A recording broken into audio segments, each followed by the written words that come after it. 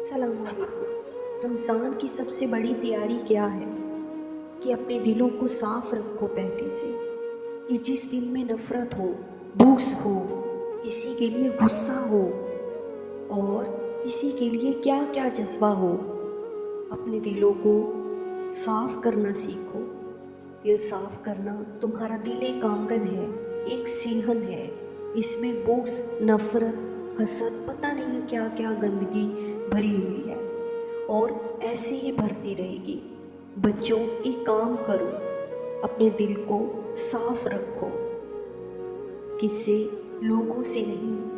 کسی نے برا کہا، کسی نے غیبت کی، کسی نے گالی دی، کسی نے دکھ دیا، کسی نے کسی کا حق مارا، کسی نے کچھ کہا، یا اللہ تیرے سپرد، میں نے اپنے دل کو سب سے صاف کیا، میں نے اپنے دل کو سب سے صاف کر دیا۔ یہ اتنی بڑی عبادت ہے کہ بڑے بڑے نفلوں والے، بڑے بڑے تہجد پڑھنے والے، حج و عمرہ، روزے دار تم نہیں پکڑ سکتے۔